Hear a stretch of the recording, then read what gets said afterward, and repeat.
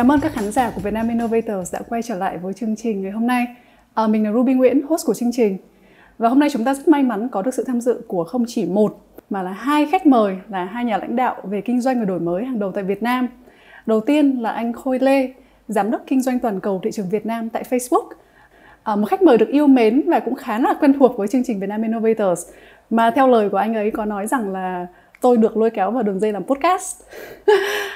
Bên cạnh anh Khôi thì chúng ta cũng lôi kéo được thêm một nhân vật nữa, đó là anh Khánh Ngô, là thành viên hội đồng quản trị và phó tổng giám đốc của Tiki. Hai nhân vật này được chúng ta lôi kéo tới đây để cùng trao đổi về những xu hướng quan trọng trong nền kinh tế số tại Đông Nam Á nói chung và tại Việt Nam nói riêng. Xin chào anh Khôi và anh Khánh, cảm ơn hai anh đã dành thời gian cho chương trình. Chào Cảm ơn Ruby, cảm ơn mọi người. Cảm ơn hai anh đã dành cho chương trình. Và như Ruby có nói, ngày hôm nay Ruby rất là phấn khởi để có thể được trao đổi với hai anh về những xu hướng số trong nền kinh tế của Đông Nam Á nói chung và ở Việt Nam nói riêng. Thì tuần trước Ruby có cơ hội được tìm hiểu về báo cáo Sync 2021 do Facebook và Ben thực hiện. Và đây là một nghiên cứu rất là sâu nói về biến đổi trong thói quen về hành vi của người tiêu dùng số và được thực hiện trên gần 17.000 người tiêu dùng tại Đông Nam Á, cũng như hơn 20 lãnh đạo ở tầng C-level từ các quốc gia khác nhau. Vậy nên câu hỏi đầu tiên Ruby xin được dành cho anh Khôi trước. Đó là anh có thể chia sẻ thêm về những phát hiện nổi bật của Sync năm nay và những phát hiện của năm nay thì có gì khác so với năm trước? Cảm ơn Ruby. Thứ nhất là xin chào các bạn của Vietnam Innovator Podcast. Thì rất là vui được quay lại ngày hôm nay, đặc biệt là cùng với sự đồng hành của Khánh bên Tiki. Thì như Ruby có chia sẻ về cái report về Sync Southeast Asia năm nay, thì đây không phải là một cái report mới mình mới làm đâu, mà là mình bắt đầu cái series này từ năm 2018 cùng với sự đồng hành của công ty tư vấn hàng đầu thế giới là Benz & Company. Thì mình nhìn vào cái thị trường Đông Nam Á để thấy được những cái tiềm năng, những cái cơ hội dành cho doanh nghiệp nếu mà bắt đầu đi vào con đường gọi là chuyển đổi số, digital transformation. Thì năm nay có một cái, thì trước khi đi vào chi tiết thì cô chỉ có một cái muốn chia sẻ là năm nay riêng ở thị trường Việt Nam mình có cái số lượng nghiên cứu cũng khá là chi tiết, với hơn 4.000 người tham gia vào cái survey này, và là một cái phần rất là lớn trong cái nghiên cứu của toàn trong Đông Nam Á. Thì đi vào một số cái chi tiết chính của cái gọi là cái kết quả của cái nghiên cứu này thì cũng khá là nhiều thông tin, nhưng mà Khôi nghĩ là chắc để Khôi tóm lại với 4 cái ý chính mà Khôi nghĩ là nó sẽ rất là quan trọng, không chỉ ở thị trường Đông Nam Á mà nó có những cái sự liên hệ đến thị trường Việt Nam. Thì đầu tiên thì Khôi thấy là thị trường Đông Nam Á bây giờ là một cái nơi gọi là dẫn đầu về xu hướng chuyển đổi số ở châu Á. Thì trong cái nghiên cứu của bên Khôi có cả so sánh giữa thị trường Đông Nam Á cùng với ngay cả như Ấn Độ hay là Trung Quốc, là nơi mà gọi là chuyển đổi số là hàng đầu thế giới đấy. Thì mình thấy rất rõ ràng là thị trường Đông Nam Á đang dẫn đầu với xu hướng này. Thì theo cái ước tính của công ty Benz & Company thì đến vào cuối năm 2022 thì ở thị trường Đông Nam Á sẽ có khoảng 350 triệu người gọi là digital consumer, có nghĩa là người tiêu dùng số. Và bên Khôi định nghĩa là những cái bạn trên 15 tuổi mà đã từng có một giao dịch trên cái môi trường số trong khoảng 12 tháng vừa qua thì được gọi là người tiêu dùng số ha. Thì cái số 350 triệu người này nó tương ứng với là gần như là 80% người tiêu dùng ở Đông Nam Á đã được gọi là đã thành chuyển đổi số rồi, nghĩa là gone digital. Thì đó là một con số rất là lớn mà nó đạt được một cái ngưỡng rất là significant là 80%. Thì đặc biệt là trong 2 năm vừa qua là chúng ta thấy có một cái sự rất là thú vị là do cái đợt mà có cái đại dịch Covid chúng ta thấy được là có 70 triệu người đã trở thành người tiêu dùng số bắt đầu từ năm 2020 cho đến tận bây giờ. Và con số 70 triệu này nó gần như là cái dân số của cả thị trường Anh. Thì đó là một con số khá là lớn. Và chỉ riêng trong năm 2020 qua năm 2021 thì chúng ta có 30 triệu người tăng thêm là những người tiêu dùng số. Và hầu như tất cả những bạn này đều sử dụng smartphone là cái nơi để mà tham gia để truy cập internet là hơn 95%. Trong khi đó thì nói về chuyển đổi số thì không thể nào không nói đến cái sự phát triển của thị trường thương mại điện tử e-commerce. Thì cái lượng e-commerce, cái giao dịch e-commerce trong năm vừa qua từ 2020 đến 2021 chúng tôi ghi nhận được là có sự tăng trưởng là 1.4 lần. Thì đây là những con số rất là ấn tượng để thấy được cái sự chuyển dịch rất là mạnh mẽ của toàn bộ thị trường Đông Nam Á. Thì riêng ở Việt Nam thì chúng ta thấy được là cứ 7 trên 10 người Việt Nam, mà người tiêu dùng Việt Nam đã thực sự là đã chuyển đổi số rồi. Do đó cái con số này nó sẽ là ngày càng sẽ càng tăng thêm thôi. Thì hiện tại cái con số gần nhất mà Khôi đang có là tôi ước tính được là có khoảng 53 triệu người tiêu dùng số tại thị trường Việt Nam. Bây giờ Khôi sẽ nói đến cái kết quả thứ hai rất quan trọng trong cái nghiên cứu này, là chúng ta thấy được cái doanh số của thương mại điện tử gần như là tăng trưởng cực kỳ mạnh mẽ trong năm vừa rồi, 2020 đến 2021. Tuy nhiên khi mà nhìn xa hơn vào 2026, nghĩa là 5 năm từ thời điểm bây giờ, thì cái nghiên cứu này cho thấy là cái doanh số đến từ thương mại điện tử có thể tăng trưởng gấp đôi tại thị trường Đông Nam Á. Nó có thể rơi vào khoảng hơn 250 tỷ đô la Mỹ vào cuối năm 2026. Riêng tại thị trường Việt Nam thì năm vừa rồi thì chúng ta cũng thấy được cái sự tăng trưởng khá là lớn là 50% so với cùng kỳ năm ngoái. Cái nghiên cứu cái finding thứ ba, cái kết quả thứ ba trong cái nghiên cứu này là rất là quan trọng cho với tất cả những doanh nghiệp, có nghĩa là cái sự thay đổi rất lớn về hành vi người tiêu dùng. Thì tôi nghĩ chắc mọi người ở thời điểm này cũng nghe rất là nhiều những bên nghiên cứu khác nhau nói về sự thay đổi của người tiêu dùng, thị trường gọi là new normal hay là hậu Covid chẳng hạn.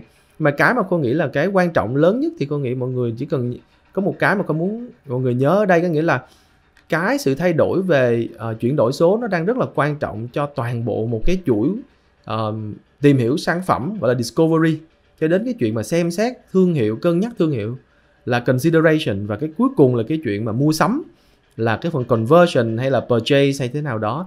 Thì tất cả trong cái quá trình mua hàng của bất kỳ một cái giao dịch nào thì cái yếu tố mà số trong cái quá trình của họ rất là cao. Có nghĩa là cái mình hay gọi là digital touch point, có nghĩa là những cái điểm chạm của cái digital, của cái công nghệ số rất là quan trọng. Bây giờ là chúng ta đang có, thí dụ for example, một cái ví dụ là ở khía cạnh mà tìm kiếm một cái thương hiệu mới, thì cái môi trường online digital đang gần như là chiếm cái phần ưu thế nhất. Đâu đó là đến 80% người tiêu dùng được hỏi là họ nói là họ tìm kiếm những cái sản phẩm mới, cái thương hiệu mới thông qua digital. Và con nghĩ cái finding thứ tư, cái kết quả thứ tư, thì con nghĩ cái này chắc mọi người ở đây trong cái podcast này cũng sẽ thấy được là khi chúng ta phải đóng cửa ở nhà trong cái mùa dịch, đúng không? Thì chúng ta sẽ tạo ra những cái gọi là những cái hành vi mới, những cái công việc mới và những cái thói quen mới. Và rất là nhiều bạn cho biết rằng có nghĩa là sau cái đại dịch thì mọi người sẽ vẫn giữ rất là nhiều thứ. Không phải là sau đại dịch xong mọi người sẽ bỏ hết và quay lại cái cuộc sống cũ đâu. Tôi nghĩ là với cái nghiên cứu này thì cho thấy rằng là mọi người sẽ, đầu tiên về cái nhóm doanh nghiệp đi, thì 9 trên 10 những cái bạn gọi là giám đốc hoặc là tổng giám đốc cho biết rằng là sau đại dịch thì mọi người vẫn có thể sẽ phải làm việc gọi là nửa ở nhà nửa văn phòng. Nó sẽ không thể nào là 100% ở văn phòng hoặc là 100% ở nhà nữa, mà là sẽ một cái mối tương quan giữa việc kết hợp giữa nhà và văn phòng. Người tiêu dùng thì sẽ cho rằng là họ vẫn sẽ có thể là giảm bớt một số vấn đề, thí dụ như họ có thể đi ra ngoài ăn được rồi, thay vì lúc nào cũng phải mua về nhà. Tuy nhiên sẽ có những thứ sẽ giữ lại, chẳng hạn như họ sẽ vẫn dành nhiều thời gian trong việc shopping online. Cái đó thì chắc chắn tôi nghĩ là nó trở thành, tại vì nó đi kèm rất là nhiều thứ, nó đi kèm với sự tiện lợi, nó đi kèm với sự an toàn nữa. Thì tôi nghĩ cái đó nó sẽ ở lại sau cả đại dịch. Và cái yếu tố cuối cùng, và cũng là cái kết quả cuối cùng mà Khôi rất là thấy thú vị, thì với cái background của Khôi trước khi tham gia Facebook là Khôi làm về thanh toán. Cái đó Khôi rất là quan tâm đến câu chuyện là thanh toán kiểu e-payment. Thì kết quả của cái nghiên cứu này cho thấy rõ ràng là cái việc hồi xưa mình đang gọi là cash is king, nghĩa là tiền mặt là quan trọng nhất ấy. Cái vấn đề đó bây giờ nó càng ngày nó càng giảm đi rất là nhiều trong cái xã hội của mình. Nghĩa là đây là lần đầu tiên tại thị trường Việt Nam mình thấy được cái sự giảm trong cái việc là sử dụng tiền mặt để thanh toán á. Từ 60% người tiêu dùng được hỏi là cho sử dụng là việc dùng tiền mặt là cái phương thức thanh toán chính của mình, bây giờ chỉ còn 42% thôi. Trong khi đó thì việc mọi người bắt đầu chuyển dịch dần dần, đặc biệt với cái việc sử dụng là e-wallet, là ví điện tử, thì con nghĩ cái đó là một cái sự chuyển dịch rất lớn. Thì một lát cũng rất là muốn nghe từ Khánh câu chuyện chia sẻ nhiều hơn để mọi người, Khánh thấy thế nào về cái môi trường về cái phần thanh toán điện tử này. Thì đó là 5 cái yếu tố chính mà con nghĩ nó sẽ giúp cho mọi người thấy rõ hơn là cái thị trường Đông Nam Á cũng như Việt Nam ở trong đó như thế nào trong cái xu hướng chuyển đổi số. Cảm ơn anh Khôi đã chia sẻ những thông tin rất là thú vị. Như vậy là có hơn 100 triệu người tiêu dùng số mới trong khu vực Đông Nam Á trong chỉ bằng 2 năm vừa qua. Và doanh số của e-commerce sẽ tăng gấp đôi trong 5 năm tới. Nghe đến đoạn này chắc là anh Khánh cũng rất là phấn khởi. Nhưng mà trước khi có câu hỏi tiếp theo cho anh Khánh thì Ruby muốn hỏi thêm anh Khôi một chút xíu. Đó là thế thì trong những cái finding đó, trong những cái kết quả nghiên cứu đó thì Việt Nam có điểm gì giống và khác mà nổi bật so với Southeast Asia là Đông Nam Á trong những cái xu hướng mà anh vừa nói tới, và anh thấy hành vi và thói quen tiêu dùng của Việt Nam, của người dùng Việt Nam trên các hệ thống của hệ sinh thái của Facebook nó có sự thay đổi như thế nào nữa ạ? Thì chắc chắn là mình là người Việt, mình làm ở thị trường Việt Nam thì mình rất là quan tâm đến nó thay đổi như thế nào ở thị trường Việt Nam, và rõ ràng mình cũng muốn biết được là nhìn như thế nào so với khu vực, đúng không? Thì cô nghĩ là nếu mà con muốn gọi là tóm tắt lại 3 điểm chính mà cô nghĩ nó rất là quan trọng đối với thị trường Việt Nam, chắc chắn là đầu tiên mình sẽ quan tâm đến chuyện là số lượng người tiêu dùng số. Như cô nói ở phía trên đó, có nghĩa là mình hiện tại Việt Nam mình đang có đâu đó khoảng 53 triệu người tiêu dùng số, là một con số rất là lớn. Và cứ 7 trên 10 người Việt Nam ở độ tuổi tiêu dùng là trên 15 tuổi là đều đã bước vào gọi là tham gia vào cái nền kinh tế số rồi. Thì đó là một con số rất là lớn, dẫn đến có thể là sắp tới chúng ta sẽ phải nghĩ rất là nhiều về câu chuyện là không còn là câu chuyện là đưa mọi người lên kỹ thuật số nữa, mà làm sao giữ chân hoặc là giúp họ tăng trưởng nhiều hơn về cái phần tiêu dùng trên kỹ thuật số. Và một cái sự so sánh nhỏ thì Việt Nam hiện tại đang là cái nước lớn thứ 3 ở khu vực Đông Nam Á về số lượng người tiêu dùng số. Thì cũng rất là dễ hiểu là chúng ta sẽ phải sau thị trường Indonesia với cái lượng dân số lớn như vậy và Philippines. Thì mình đang đứng thứ 3. Và thứ hai cô vừa nói đó, có nghĩa là chúng ta đã bước qua một cái thời điểm là mình có một cái gọi là critical mass, một cái phần rất lớn người tiêu dùng đã chuyển qua cái nền kinh tế số rồi. Thì làm sao chúng ta phải có cái việc gọi là tăng trưởng cái phần gọi là giao dịch, hoặc là cái số lượng mua hàng trên mạng, hay là cái giao dịch trên nền kinh tế số đó. Thì cái nghiên cứu cho thấy được rằng ở Việt Nam chúng ta có một cái sự chuyển dịch rất là lớn. Như con nói ban đầu hồi nãy là chúng ta có cái sự thay đổi là về tổng giá trị mua sắm trên cái thương mại điện tử là tăng 50% so với năm ngoái. Tuy nhiên nếu chúng ta nhìn 5 năm tiếp theo, có nghĩa là từ đến cuối năm 2026, thì cái tổng giá trị thương mại điện tử của chúng ta đang được gọi là được expected, nghĩa là được mong đợi sẽ tăng vào khoảng 4.5 lần vào cuối năm 2026 và có thể đạt đến được khoảng 56 tỷ đô la. Và đây là cái con số rất là quan trọng, từ vì đây là Việt Nam sẽ trở thành cái nước gọi là có tốc độ phát triển nhanh nhất trong khu vực Đông Nam Á trong vòng 5 năm tiếp theo về cái gọi là cái phần gọi là giá trị của thương mại điện tử. Và chúng ta chỉ còn sau mỗi đúng là thị trường Indonesia về cái tổng gọi là cái tổng giá trị trên thương mại điện tử thôi. Thì đó là một cái yếu tố rất là quan trọng, mà cũng rất là gọi là động viên và khích lệ cho tất cả những cái anh chị mà làm trong cái môi trường là digital hay là kỹ thuật số. Cái thứ ba mà cô thấy là một cái cũng rất là đặc thù cho thị trường Đông Nam Á, có nghĩa là có một sự chuyển dịch rất là lớn về câu chuyện là hồi xưa nếu chúng ta nhìn thì sẽ rất là nhiều ngành hàng hay là những cái nhóm sản phẩm vẫn rất là phụ thuộc vào câu chuyện là gọi là những cái kênh mua hàng mình gọi là offline, kênh vật lý, nghĩa là như cửa hàng, shop, cửa hàng tiện lợi chẳng hạn. Nhưng tuy nhiên do cái mọi người thấy rất rõ, do cái tính năng của kỹ thuật số cũng như cái tác động của cái đại dịch, thì nó đã làm cho cái việc người tiêu dùng ngày càng nhiều hơn, cởi mở hơn với việc mua sắm online. Mua sắm online ở sàn thương mại điện tử, hay là mua sắm online ngay cả của website của những cái bạn bán lẻ, hay cả cái chuyện là tìm kiếm thông tin trên những cái môi trường số như là mạng xã hội. Thì ở Việt Nam chúng ta thấy rất rõ là có khoảng gần như là 1 trên 2 người tiêu dùng Việt Nam cho rằng là họ sẽ cho rằng cái việc mua hàng online sẽ trở thành cái kênh mua sắm chính của họ trong thời gian tới. Có nghĩa là 1 trên 2, và mình cao hơn cả thị trường Đông Nam Á này đâu đó khoảng 45% thôi. Thì câu đó là một cái sự khá là khích lệ, và cô nghĩ với mình là người Việt Nam mình cũng thấy rất là rõ là người Việt Nam mình rất là gọi là thích những cái mới, thích những cái innovation. Tại sao chúng ta có innovator hôm nay, đúng không? Chúng ta thích những cái tham gia vào những cái mới, có sự tiện nghi và sự an toàn. Thì cô nghĩ đó là cái yếu tố thứ ba mà rất là quan trọng. Và cô nghĩ là cái này nó sẽ không chỉ dừng lại là sau đại dịch đâu, nó sẽ trở thành một cái thói quen mà ngày càng nhiều hơn mọi người sẽ cùng tham gia trong thời gian tới. Nếu mà hồi nãy Ruby có hỏi một chút xíu liên quan đến cái phần là như thế nào, cái sự thay đổi nó lớn như thế nào trên cái nền tảng của Facebook, thì cái mà Khôi muốn có thể chia sẻ là khi mà Khôi làm cái nghiên cứu này cùng với Bain and Company thì Khôi cũng hỏi với họ, những cái người tiêu dùng, theo 3 cái khía cạnh đặc biệt. Ví dụ đầu tiên là họ tìm được cái sản phẩm ở đâu, họ consider là họ xem xét cái thương hiệu có cần mua hay không ở đâu, và cuối cùng là họ quyết định mua hàng nhờ thông tin gì và đến từ đâu. Thì rất là may mắn là cái sự ủng hộ của người tiêu dùng Việt Nam với cái mạng social media vẫn rất là lớn. Social media vẫn là cái kênh number one, là cái kênh hàng đầu tại thị trường Việt Nam cho cả ba cái phần trong cái journey đó, từ cái việc tìm kiếm sản phẩm thương hiệu cho đến việc cân nhắc và cũng như là mua hàng. Thì đó là cái mà tôi nghĩ là nó là trách nhiệm khá là lớn của những cái mạng xã hội tại thị trường Việt Nam để giúp người tiêu dùng Việt Nam có thể tiếp cận nhiều hơn đến những cái thương hiệu sản phẩm hàng hóa mà phù hợp với họ. Và ngoài ra thì đặc biệt ở thị trường Việt Nam thì không biết mọi người như thế nào về cá nhân, nhưng mà tôi thấy là các bạn trả lời là bây giờ mọi người bên cạnh cái chuyện là lướt internet này, bây giờ còn phải là xem rất là nhiều video này, rồi bắt đầu là messaging, là những cái thứ rất là quan trọng trong cuộc sống hàng ngày. Bây giờ là mua sắm online, rồi xem video, và cuối cùng là nhắn tin messaging, và có và chơi game online nữa. Chúng ta cũng đó là những cái mà rõ ràng là trong cái thời điểm mà gọi là lockdown hay là chúng ta bị giãn cách xã hội đấy, thì đó là trở nên rất là quan trọng. Và bên Khôi thấy những cái xu hướng của người tiêu dùng ngày càng nhiều hơn, đặc biệt như có nói về câu chuyện là xem video online, nó trở thành rất là quan trọng. Và cái phần tiếp theo có nói là sử dụng những cái nền tảng như là nhắn tin, thứ nhất là để kết nối với bạn bè, và dần sắp tới là những cái việc làm việc, kết nối với đồng nghiệp chẳng hạn.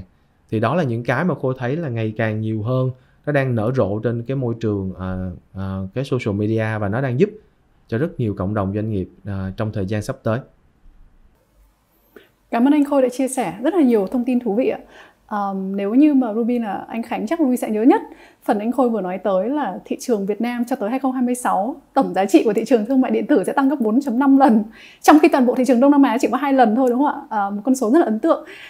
Thế thì bây giờ Ruby muốn có cơ hội được hỏi anh Khánh một chút xíu, đó là anh Khánh thấy sao từ góc nhìn của mình, và đặc biệt là Ruby nghĩ là Tiki là một trong những công ty thương mại điện tử lớn nhất ở Việt Nam, thì chắc chắn là Tiki có rất nhiều dữ liệu lớn liên quan tới những biến đổi về tâm lý, hành vi, thói quen tiêu dùng của người dùng Việt Nam trong thời gian vừa qua. Thì từ góc nhìn của anh Khánh, anh thấy đâu là những biến đổi lớn nhất trong những năm vừa qua, và nhìn về tương lai thì liệu anh có nhìn thấy một cái xu hướng tương tự như anh Khôi vừa nói tới không, hay là có điều gì khác biệt ạ?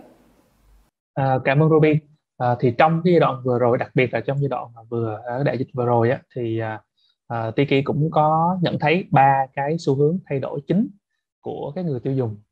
Cái đầu tiên là cái sự leapfrog, tức là một cái tăng trưởng rất là nhanh, và nó buy time. Trong vừa rồi thì mình có thể mất vài tháng, nhưng mà cái số lượng người mua sắm online đã tăng cũng phải bằng 2 đến 3 năm trước đây. Và đặc biệt là những cái ngành hàng mà trước đây thì rất là phụ thuộc rất là nhiều vào những cái cửa hàng offline retailer, trong đó có 2 mặt hàng chính, đó là mặt hàng về grocery và fresh, đó là những mặt hàng mua thịt, cá, trứng, sữa. Thì trước đây truyền thống thì người tiêu dùng hay mua ở siêu thị, mặc dù kể cả ở các cái nước phương Tây, những cái nước mà e-commerce rất là phát triển, thì những ngành hàng này họ vẫn mua ở những cái siêu thị lớn offline. Nhưng mà trong cái giai đoạn đại dịch vừa rồi thì Tiki, bản thân những số liệu Tiki thấy thì cái ngành hàng và fresh và grocery tăng trưởng từ 15 đến 20 lần chỉ trong vòng từ 6 đến 9 tháng trong giai đoạn đại dịch vừa rồi. Và thứ hai là những cái mặt hàng gia dụng lớn mà cần đòi hỏi phải có một cái đội lắp đặt professional, đội lắp đặt chuyên nghiệp. Ví dụ như là những ngành hàng về tủ lạnh, máy giặt hoặc là máy điều hòa, là những cái ngành hàng mà thường là người ta sẽ mua ở các cửa hàng offline và sẽ có một đội ngũ lắp đặt đến.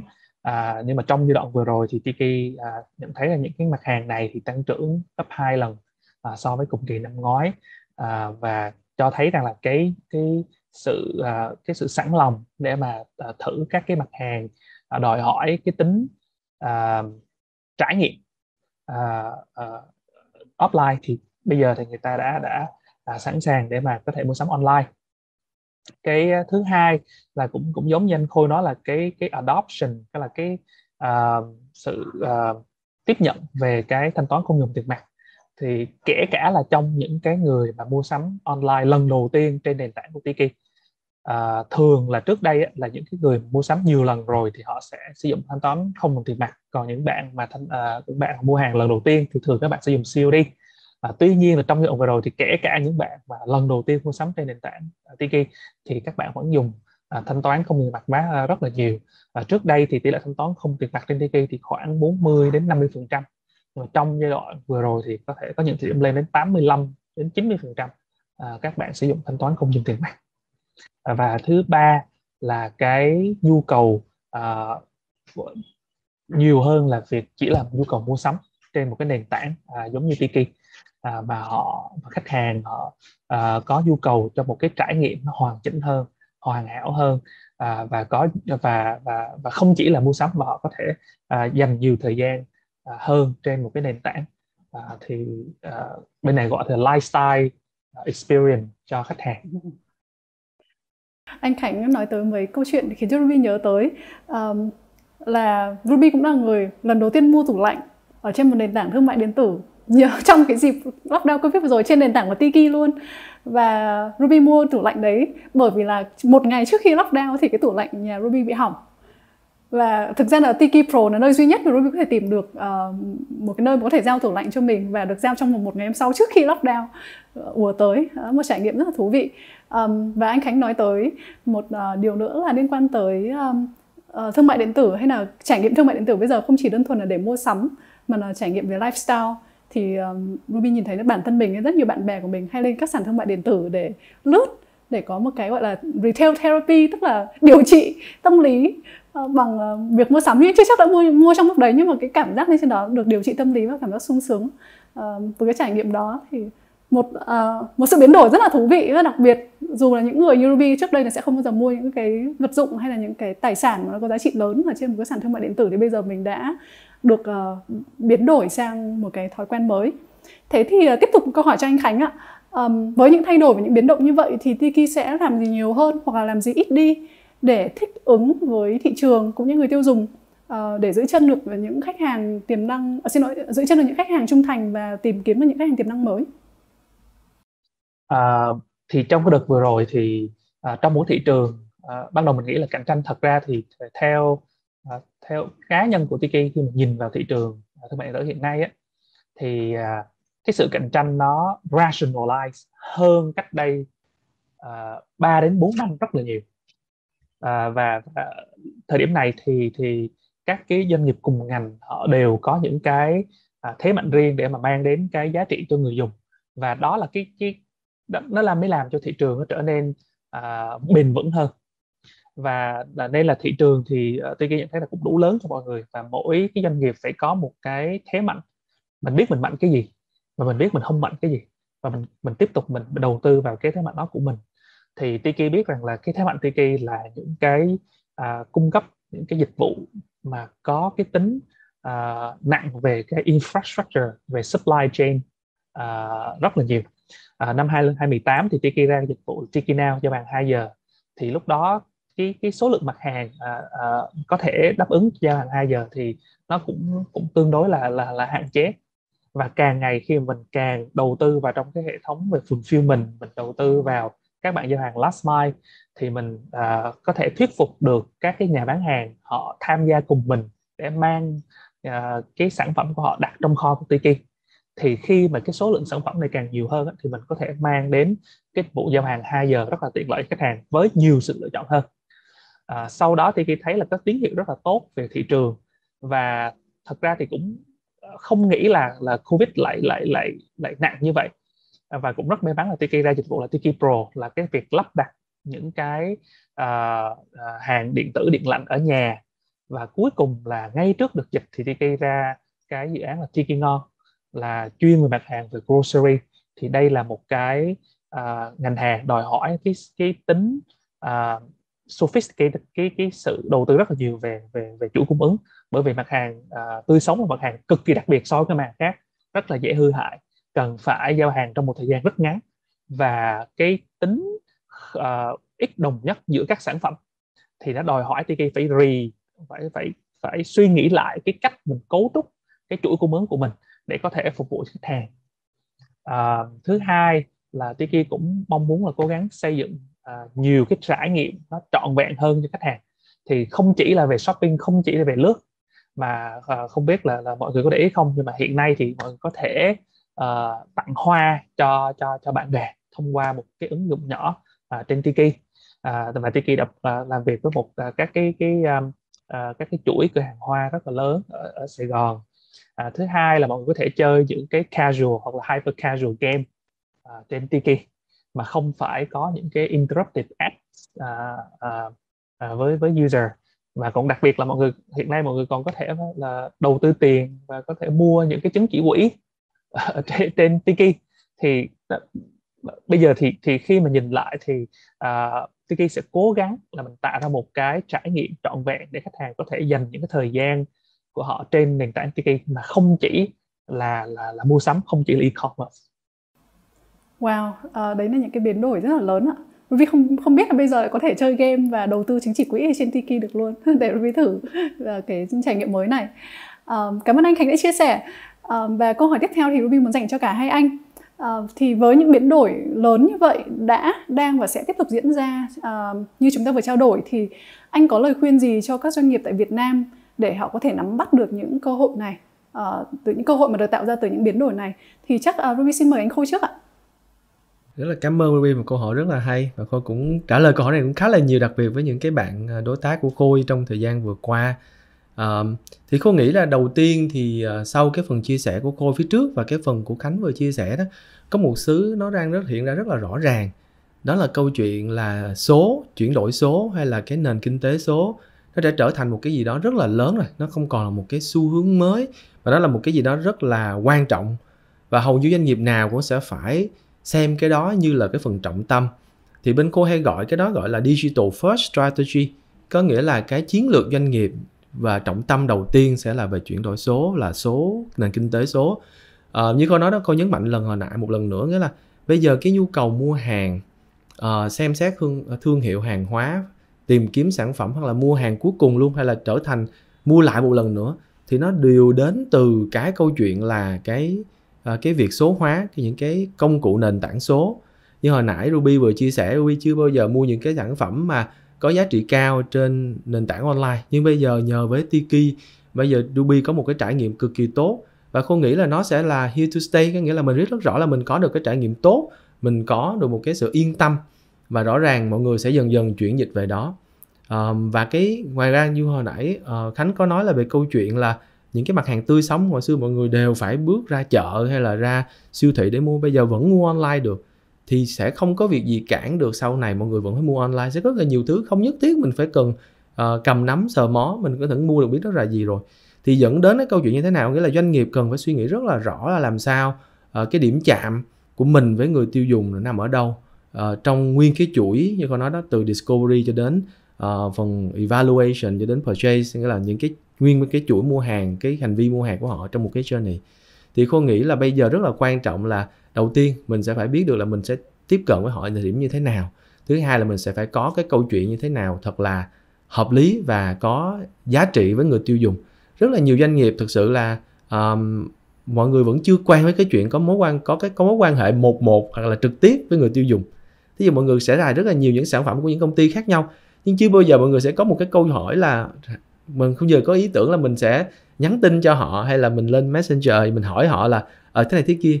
Cái mối quan hệ đó nó thật là đôi khi nó sẽ đi qua nhà phân phối hay đi qua những cái kênh bán hàng, chứ không bao giờ là mối quan hệ một với doanh nghiệp cả. Đó thì tại sao rất nhiều doanh nghiệp sẽ gặp rất là nhiều khó khăn trong cái chuyện là có mối quan hệ một đó. Thì tôi nghĩ bây giờ mọi người sẽ phải nghĩ rất là nhiều về xây dựng lại cái chiến lược của mình, với digital là cái yếu tố đầu tiên, và xung quanh đó là những cái như là điểm chạm với người tiêu dùng, cái cách mà mối quan hệ để mà phát triển mối quan hệ với người tiêu dùng, và cuối cùng là xây dựng đó xung quanh cái hành vi mua hàng của người tiêu dùng. Đó là cái điểm đầu tiên mà tôi nghĩ là tất cả doanh nghiệp cần sẽ phải suy nghĩ về cái đó. Cái phần thứ hai để tôi nghĩ là cái đợt dịch vừa qua, và mình có đến 4 cái đợt dịch đúng không?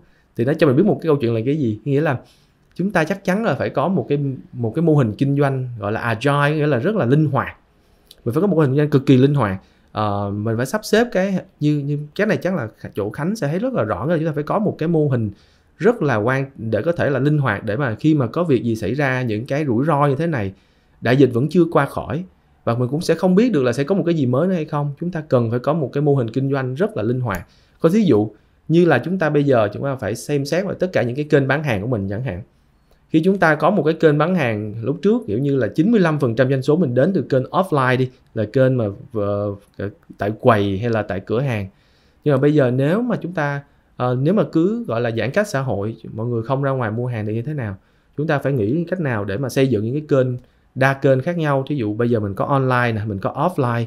Rồi trong online mình có thể có những cái kênh như là hợp tác với Tiki để bán hàng thông qua cái hệ thống phân phối của Tiki, hoặc là vẫn có những cái điểm chạm ở những cái nơi khác nhau như là social media, để mà vẫn tiếp nối những thông tin, hoặc là có cái kênh Messenger để mà bán hàng hay là chia sẻ thông tin mua hàng trên đấy. Thì đó là cái phần như tôi nói là về cái kênh mua hàng và cái kênh phát triển thông tin, tiếp cận thông tin cho người tiêu dùng.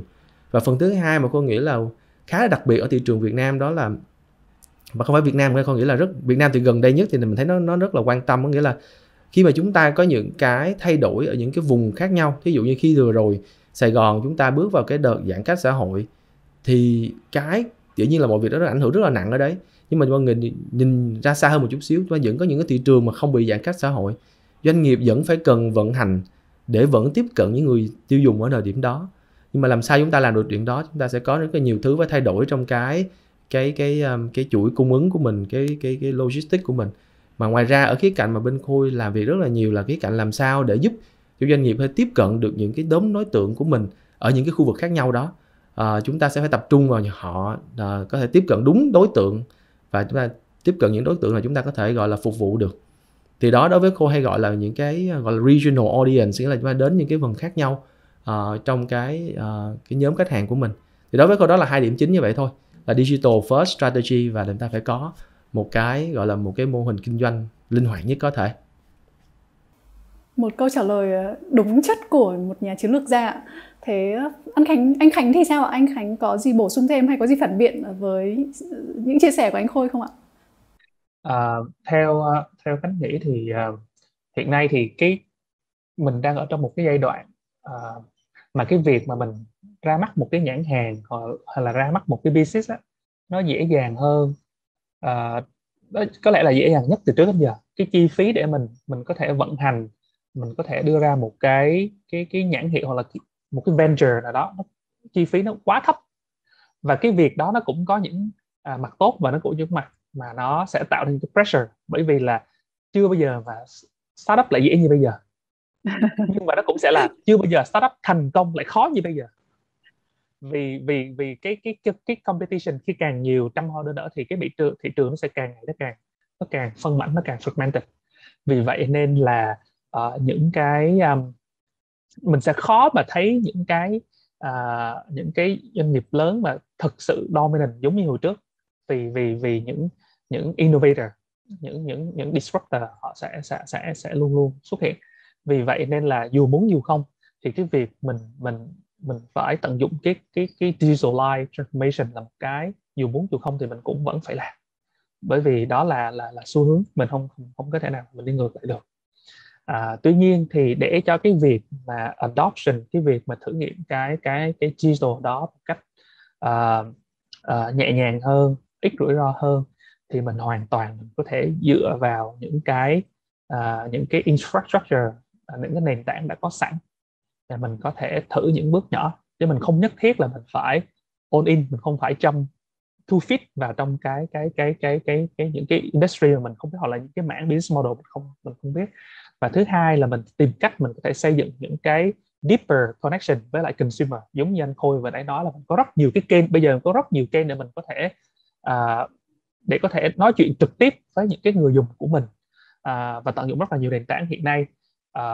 Về mặt kể cả last mile thì cũng đã có rất là nhiều doanh nghiệp có thể đưa những API mình có thể gắn vào để mà mình có thể hoạt động. Kể cả fulfillment, có thể bỏ hàng trong kho của một doanh nghiệp thứ ba để họ có thể fulfill sản phẩm, đơn hàng cho mình. Về thanh toán thì có thể dùng ví điện tử, có thể dùng những cổng thanh toán CyberSource, những cái cổng thanh toán trung gian. Thì anh Khôi làm visa thì chắc chắn là rất là rõ về cái này. Thì mình có thể plug and play rất là nhanh để mình có thể thử nghiệm xem thử là mình có thể xây một cái new business model mà capture được cái digital wave này hay không. Và quan trọng nữa là làm sao mình có thể có những cái connection đó strong hơn, và mình raise above những cái noise khác của người tiêu dùng, để mình có thể tiếp cận người tiêu dùng một cách hiệu quả nhất. Thì đó là cái mong điểm của Khánh. Một quan điểm rất là thú vị anh Khánh khiến cho Ruby nhớ tới cũng một nhà lãnh đạo trong lĩnh vực về e-commerce, đó là CEO của Shopify. Anh ấy cũng nói trong một podcast Ruby mới nghe gần đây là chưa bao giờ dễ như vậy để có thể trở thành entrepreneur, để có thể start up. Cái chi phí để có thể trở thành entrepreneur gần như bằng không, và cơ hội rất là nhiều. Thì cảm ơn anh Khánh đã chia sẻ, đây là một góc nhìn vô cùng thú vị. Thì từ đầu tới giờ anh Khôi với anh Khánh chúng ta đã trao đổi rất là nhiều tới những biến đổi trong thị trường và làm thế nào để mình có thể tận dụng được cái cơ hội tạo ra được bởi những cái sự biến đổi này. Thì phần tiếp theo Ruby muốn có một câu hỏi ngược lại so với những việc về biến đổi, đó là những cái giá trị mà nó sẽ rất là dài hạn và rất là trường tồn dù bất kể biến đổi nào xảy ra ở trong việc kinh doanh tại thị trường Việt Nam, nó là những giá trị nào, và những giá trị đó được thể hiện như thế nào thông qua hoạt động kinh doanh của Facebook và cũng như của Tiki. Thì xin mời anh Khôi trước ạ. Nếu mà cái câu hỏi này thì rất là hay, tại vì Khôi nhớ là vừa rồi Khôi có một bạn hỏi có một câu như vậy luôn. Thì khi các bạn hỏi Khôi là tại vì do có rất là nhiều thứ đang thay đổi trên thị trường, quá trời những cái thông tin, những cái xu hướng mới, mọi người cảm giác là bị quá tải. Thì mọi người hỏi Khôi là nếu như vậy thì là cái gì sẽ là cái sẽ quan trọng và sẽ ở lại. Thì cái đối với Khôi lúc nào cũng là câu chuyện là cái mà quan trọng ở lại sẽ là cái mối quan hệ của chúng ta với cái người tiêu dùng. Tại vì người tiêu dùng có thay đổi, nhưng mà cái mối quan hệ của chúng ta với người tiêu dùng á, thì nó sẽ khó mà thay đổi quá nhanh được như vậy. Tại vì sản phẩm của chúng ta phát triển ra, đúng không? Thì mặc dù có những cái thay đổi hành vi người tiêu dùng nhưng mà nó sẽ không biến đổi quá nhanh. Thì cái mối quan hệ của mình với người tiêu dùng á, nếu mà chúng ta ngày càng mà tập trung phát triển vào chuyện đó nhiều hơn á, thì nó sẽ giúp cho mình giống như là một cái mỏ neo á. Thí dụ như coi ví dụ một cái trường hợp như đơn giản thế này, thí dụ như bây giờ chúng ta có một cái cộng đồng người tiêu dùng mà họ kết nối với chúng ta trực tiếp thông qua những cái nền tảng khác nhau, mà mình biết họ là ai, họ rất là muốn nói chuyện với mình, và mình lúc nào cũng biết họ có những thông tin mua sắm như thế này, mình biết họ là cần những thứ kia. Và khi mà mình biết càng rõ về họ và hai bên có một cái mối quan hệ rất là gọi là có ý nghĩa đó, thì sắp tới khi những cái xu hướng bất kỳ khác nhau nó chỉ thay đổi là bây giờ họ nói chuyện với mình với nền tảng A, và xưa họ ra quầy của mình, đúng không, họ nói chuyện với người bán hàng của mình, thì bây giờ có thể là họ sẽ không phải ra quầy nữa mà họ sẽ lên một cái mạng của ví dụ như lấy Messenger chatbot của mình đi, lên đó thay vì họ nói một cái bạn bán hàng thì họ sẽ nói với một cái người một cái bạn gọi là virtual assistant, một cái bạn tư vấn ở trên đấy. Thì nó cũng sẽ là đổi qua một cái hình thức khác, nhiều hơn là họ sẽ không nói. Mọi người thấy rất rõ là người tiêu dùng vẫn sẽ phải, cuối cùng mình vẫn là con người mà, mình vẫn là cần những cái human interaction, chỉ là những cái sự đó khác nhau một tí thôi. Thì cái đó là cái sự không có bao giờ nó thay đổi trong cái bất kể là những cái xu hướng gì khác nhau. Đó tại sao con nghĩ quay lại cái point con nói với Ruby ban đầu, nghĩa là chúng ta cần phải quan tâm đến câu chuyện là how là mình manage cái relationship của mình với consumer. Và dĩ nhiên với nhiều doanh nghiệp khác nhau sẽ có những cái sự khó khăn hoặc là những cái sự thuận lợi nhất định, nhưng mà con nghĩ cái đó là cái sẽ rất là quan trọng trong thời gian tới. Thì nãy Ruby có nói một câu chuyện là nếu như vậy thì ở khía cạnh của Facebook thì như thế nào. Thì đối với Khôi á, thì cái Facebook, cái mission, cái vision của Facebook vẫn là như vậy. Vẫn là câu chuyện là chúng tôi muốn đưa mọi người đến lại với nhau, connect the world, bring people together, tạo ra community. Thì nó vẫn là như vậy. Thì như Ruby có biết là Facebook mình cũng là một cái platform, một cái nền tảng. Hiện tại cái công việc của Khôi và những cái bạn trong team là giúp cho doanh nghiệp tiếp cận nhiều hơn với những cái consumer, đem mọi người lại với nhau.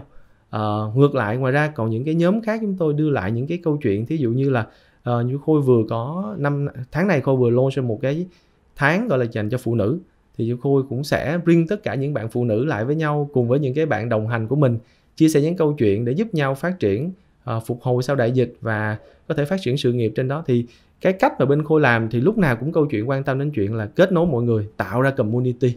Do đó bất kỳ sự thay đổi như thế nào nó chỉ có thể làm mạnh lên hoặc là thay đổi cái cách mình làm thôi, chứ sẽ không thay đổi cái giá trị đó. Cảm ơn anh Khôi đã chia sẻ. Thế từ góc nhìn của anh Khánh thì sao ạ?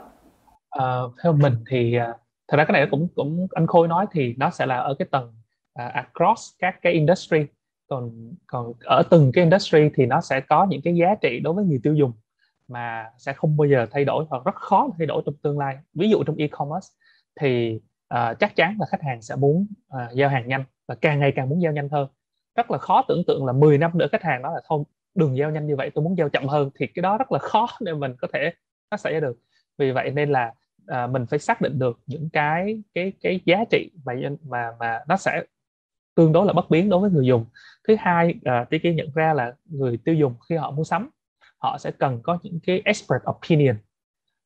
Và cái hành vi này thì mình đã thấy cách đây chắc vài chục năm rồi, hoặc cả trăm năm nay rồi, là khi mình mua những hàng lạ thì mình có thể tìm cái người gọi là giỏi nhất trong lĩnh vực đó trong network của mình để mình hỏi xem thử là anh Khôi ơi, vì em muốn sử dụng thanh toán điện tử online thì em dùng cái nhà cung cấp nào. Thì đó là những cái nhu cầu mà có thể thêm những cái thông tin nó trusted. Vì vậy là trong giai đoạn này thì Tiki cũng đang phối hợp với một số những cái creator hoặc là những cái expert trong một số những cái industry để mình có thể cung cấp cho người tiêu dùng những cái thông tin liên quan đến mua sắm, và từ những cái người mà có cái chuyên môn cũng như là những cái KOC trong cái lĩnh vực đó. Thì một cái mảng làm rất là lớn là phối hợp với lại Instagram, những cái bạn Instagram, tại vì cái đấy là các bạn đó là những expert trong một số cái industry nào đó, thì mình có thể kết hợp với họ để mà mình mang cho khách hàng những cái thông tin hữu ích nhưng cũng mang tính giải trí rất là nhiều. Thứ ba nữa là khi cuối cùng thì khách hàng cũng muốn một cái trải nghiệm nó consistent, và càng ngày cái đòi hỏi đó nó càng cấp bách hơn cả. Thời gian trước đây thì có thể là mình đặt một đơn thì có thể là lúc thì giao nhanh, lúc thì giao chậm, chỉ cần đến là vui lắm rồi. Nhưng bây giờ cái tiêu chuẩn của người dùng đã rất cao, và tôi muốn là cái tỷ lệ on time thì lại đúng hẹn nó phải cao hơn, hoặc là cái sản phẩm của anh thì cái chất lượng hàng hóa nó phải chuẩn, nó phải branded, thì mình cũng phải xác định được những cái yếu tố quan trọng đó để mình tiếp tục phát triển thêm và tạo ra sự khác biệt cho doanh nghiệp của mình. Cảm ơn anh Khánh đã chia sẻ. Và như vậy thì chúng ta đã đi từ những biến đổi nói chung trong thị trường Đông Nam Á, sau đó chúng ta đi tới những biến đổi của thị trường Việt Nam. Cách mà anh Khôi và anh Khánh cũng đã cho rất nhiều những lời khuyên từ tầng chiến lược cho tới những tầng rất là thực tế về cách chúng ta có thể tận dụng để có thể cạnh tranh được dựa trên biến đổi đó. Và cuối cùng thì chúng ta cũng đã nói tới những giá trị trường tồn của doanh nghiệp, cũng như giá trị trường tồn trong cái mảng kinh doanh của chúng ta mà chúng ta sẽ không bao giờ thay đổi và sẽ luôn luôn theo đuổi. Vậy là chúng ta đã kết thúc phần nói chuyện nghiêm túc của Vietnam Innovators ngày hôm nay. Thì anh Khôi quay trở lại với mùa 2 sẽ có một chút thay đổi chút xíu. Đó là sau phần nói chuyện nghiêm túc rồi thì Ruby có một vài câu hỏi ngắn và nhanh, được gọi là lightning round, dành cho khách mời. Bởi vì là các khách mời của Ruby toàn những người giỏi quá, toàn là siêu nhân, nên là Ruby cần tìm hiểu cái phần về con người của họ một chút xíu. Ruby có câu hỏi nhanh nhé. Mỗi người sẽ có khoảng 30 đến 60 giây để trả lời.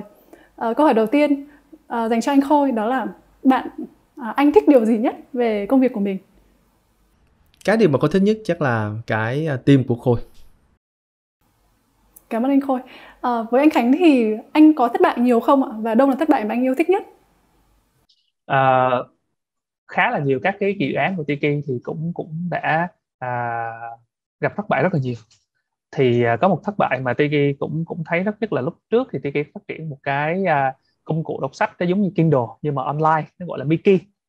Nhưng mà đúng là công nhận là cái việc là đọc sách online của người Việt Nam trong thời gian 4 năm trước thì nó chưa thật sự như bây giờ. Thì đó cũng là một cái mà cho mình rất nhiều bài học, là cái việc có thể là mình đúng sản phẩm nhưng mà sai thời điểm thì nó cũng không thành công được. Một thất bại rất là hay ạ. Lời khuyên hay nhất mà anh Khôi nhận được trong thời gian gần đây là gì ạ? Chắc là superhero need a break. Có nghĩa là cho dù mình là có người có thể giỏi đến mức độ như thế nào thì mình vẫn phải dành thời gian để mà nghỉ ngơi, để phục hồi, để bắt đầu tạo ra những cái năng lượng mới để giúp mọi người. Cái này thì cô nghĩ đó là một cái, vừa là một cái giá trị của Facebook mà vừa là một cái mà cô rất thích, theo cái khía cạnh là tại vì cuộc sống bây giờ rất là nhiều thứ, rất là nhiều những cái pressure, những cái stress, thì ai cũng cần phải có cái sự phục hồi để làm việc tốt hơn. Cảm ơn một lời khuyên dành cho superhero, các siêu anh hùng. Bây giờ sang siêu anh hùng Khánh, nhưng mà câu hỏi khác, đó là lời khuyên dở nhất mà anh đã nhận được ở trong sự nghiệp của mình là gì? Lời khuyên dở nhất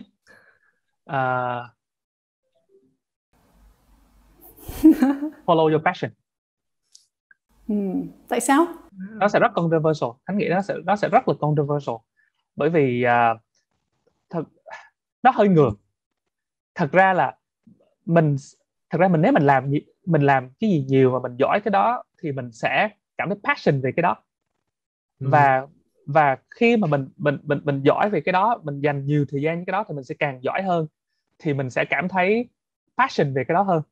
Chứ thật ra passion không phải là một cái trên trời rơi xuống và mình có thể tìm cái passion mình ở đâu đó và mình đi follow nó. Và khi mà mình nghĩ đó là passion của mình nhưng mình không có giỏi việc đó, mình làm một việc mà mình không có giỏi thì rất là khó để mình enjoy nó, thì mình sẽ khó mà follow through nó trong một thời gian dài được. Em thấy Ruby thấy anh Khôi gật đầu lia lịa. Thế không gian và thời gian để nghĩ lớn là ở đâu và khi nào? Câu hỏi dành cho anh Khôi. Thực sự cái này nó cũng khá là, nó không có một cái nơi cố định. Thật sự nó giống như yếu tố, nó giống như là cái thời điểm cộng với cái môi trường mà mình tự sắp đặt cho mình. Thì Khôi lúc nào cũng đặt hai vấn đề. Một là cái thời điểm, đôi khi bắt buộc thời điểm đó mình phải nghỉ. Ví dụ như đây, mỗi như sắp xếp chiến lược cho năm sau chẳng hạn, thì mình bắt buộc thời điểm đó mình phải nghỉ rồi. Thì đó là thời điểm. Tuy nhiên á, thì cái mà hay là cái là mình cố gắng tạo một cái không gian riêng cho mình. Thì thường Khôi thì sẽ tầm tháng 9, tháng 10 thì thôi Khôi hay nghỉ phép một vài ngày chẳng hạn, thì chỉ là đi relax này nọ kia, rồi sau đó mình ngồi lại và have một cái cup of coffee, rồi mình nghĩ về những cái gì mình cần phải làm để cái bức tranh nó rộng hơn. Nhưng mà lúc nào cũng sẽ nghĩ sau khi mình relax chứ không nghĩ trước khi đó, tại vì đôi khi mình sẽ bị cuốn vào những cái thứ mà dạng như là nó giống như là những cái việc bắt buộc phải làm á, làm ngay làm luôn và làm bây giờ đấy. Thì sau đó mình sẽ phải qua được cái đoạn đó, đến cái đoạn sau thì mình mới nghĩ được những cái việc lớn hơn. Cảm ơn anh Khôi ạ. Với anh Khánh thì theo anh, định nghĩa về thành công của anh là gì? Thành công là mình không có hối tiếc vì mình đã làm hoặc là mình đã sống cái cuộc sống như vậy, thì đó là một thành công. Bất kể cái lựa chọn mình là gì, thì mình cảm thấy là mình có thể mình không thấy hối tiếc. Nếu mà cho làm lại thì có thể mình sẽ slightly improve nó, nhưng mà cái direction lớn thì mình sẽ không cảm thấy hối tiếc. Vì vậy nên là cái framework của make decision của mình nó cũng vậy, làm sao mà mình cảm thấy mình làm cái điều này 10 năm sau mình sẽ không hối tiếc nó, thì mình sẽ cảm thấy nó rất là thoải mái, rất là một câu trả lời mang tính chất triết lý rất là lớn. Câu hỏi tiếp theo Ruby dành cho cả hai anh, đó là bí quyết để mình nâng cao hiệu suất làm việc. Anh Khôi trước ạ. Đối với Khôi là quan trọng nhất là mình lúc nào cũng có cái gọi là cái ý tưởng là mình phải tăng hiệu suất làm việc của mình. Mình hay gọi là cái mindset đó, nghĩa là khi mà mình làm, thí dụ một câu chuyện đơn giản thế này, thí dụ như hồi lúc trước quay một cái podcast với Ruby chẳng hạn, thì Khôi sẽ phải sắp xếp rất là nhiều thứ, đúng không? Nhưng mà lúc nào Khôi nghĩ trong đầu là nếu mà Khôi sắp xếp lần này á, thì lần tới thì Khôi sẽ cũng làm y chang như vậy. Thì Khôi phải nghĩ trước là nếu như vậy thì phải sắp xếp như thế nào để lần sau á, thí dụ mình chỉ mất khoảng, bây giờ mất 10 phút thì lần sau chỉ mất 5 phút rồi. Thì cái suy nghĩ đó lúc nào cũng phải có khi mình làm bất cứ một công việc nào, thì nó sẽ giúp mình một cách nào đó mình sẽ tự động làm, nó giống như trở thành một cái thói quen á, thì mình biết là mình sẽ dần dần tăng hơn. Và thứ hai là quan trọng cũng không kém, nghĩa là mình nên có một cái môi trường xung quanh với những cái người đều rất giỏi, thì mấy bạn cũng sẽ làm rất tốt rồi mình sẽ bị kéo theo. Thì chắc chắn mình không giỏi mình cũng phải bị kéo theo, thì đằng nào mình cũng phải tăng lên hiệu suất luôn thôi. Anh Khánh thì sao ạ? Gần đây thì Khánh có nghĩ về việc này á, là làm sao để một người biết được là một tiếng của mình đó nó đáng giá bao nhiêu tiền. Có thể là mình đi tư vấn, hoặc có thể mình làm những project, hoặc là có thể mình figure out somehow là sao mình biết được một tiếng của mình nó bao nhiêu tiền. Thì khi mình biết một tiếng mình bao nhiêu tiền rồi á, thì mình sẽ tự giác mình sẽ tận dụng đó một mức nhiều nhất có thể. Tại hồi xưa mà khi mà khách làm consulting á, thì những cái meeting nhỏ nhỏ mà catch up á, thì rất là nhiều người trong đó thì họ tính ra là tại vì mình phải build khách hàng mà, thì mỗi tiếng là một cái hour rate, thì xác định ra là cái meeting đó 1 tiếng đồng hồ bằng một cái ô tô. Wow. Khi mà cộng hết thời gian của tôi thì biết là một cái ô tô. Nên là mình sẽ make sure là mình sẽ làm mọi thứ để cho cái meeting đó, pre-meeting và post-meeting nó efficient nhất có thể. Thì nếu mà mình hiểu được cái vấn đề đó, thì Khánh thấy là những cái tool hoặc là những cái khác mình sẽ tự động mình figure ra thôi. Nhưng mà hy vọng anh Khánh đừng nghĩ trước khi đi ngủ 8 tiếng của mình tốn bao nhiêu tiền. Và câu hỏi cuối cùng mà Ruby dành cho cả hai anh, đó là nếu như chúng ta có một cỗ máy thời gian và có thể quay trở ngược lại thời gian 10 năm trước, để gặp lại bản thân mình và dành cho mình một lời khuyên, thì lời khuyên mà anh dành cho bản thân mình 10 năm trước là gì? Anh Khôi trước ạ. 10 năm trước thì Khôi đang làm gì ta?